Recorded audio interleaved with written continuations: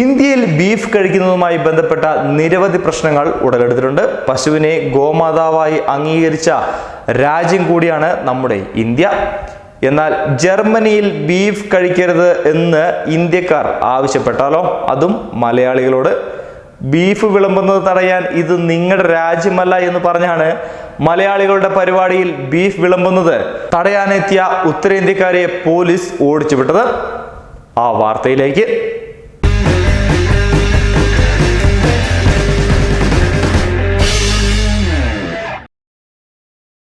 ജർമ്മനിയിൽ മലയാളികളുടെ പരിപാടിയിൽ ബീഫ് വിളമ്പുന്നത് തടയാനെത്തിയ ഉത്തര ഇന്ത്യക്കാരെയാണ് പോലീസ് ഓടിച്ചുവിട്ടത്.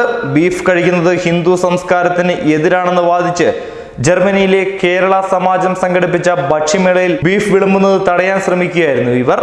ഉത്തരേന്ത്യക്കാരെ പിന്തുണച്ച് ഇന്ത്യൻ കോൺസുലേറ്റ് രംഗത്ത് വന്നത് വലിയ പ്രതിഷേധത്തിന് ഇടയാക്കി. ബീഫ് സ്റ്റാൾ അടയ്ക്കണമെന്നാണ് ഇന്ത്യൻ കോൺസുലേറ്റ് ആവശ്യപ്പെട്ടത്. ഇതിനെ തുടർന്ന് കേരള സമാജം പ്രവർത്തകർ പോലീസിനെ സമീപിക്കുകയായിരുന്നു. ഈ സംഭവ സ്ഥലത്തെത്തിയ പോലീസ് ഏത് ഭക്ഷണം വിളമ്പുന്നതിനും ജർമ്മനിയിൽ വിലക്കില്ല എന്ന നിലപാടാണ് സ്വീകരിച്ചത്. ബീഫ് വിളമ്പുന്നത് തടയുവാൻ ഇത് നിങ്ങളുടെ രാജ്യമല്ലെന്ന് പറഞ്ഞാണ് പ്രതിഷേധവുമായി എത്തിയ ഉത്തരേന്ത്യക്കാരെ പോലീസ് വിരട്ടി ഓടിച്ചത്. സംഭവ സ്ഥലത്തെത്തിയ പോലീസിനോട് കേരള സമാജം പ്രശ്നത്തെക്കുറിച്ച് വിശദീകരിച്ചു.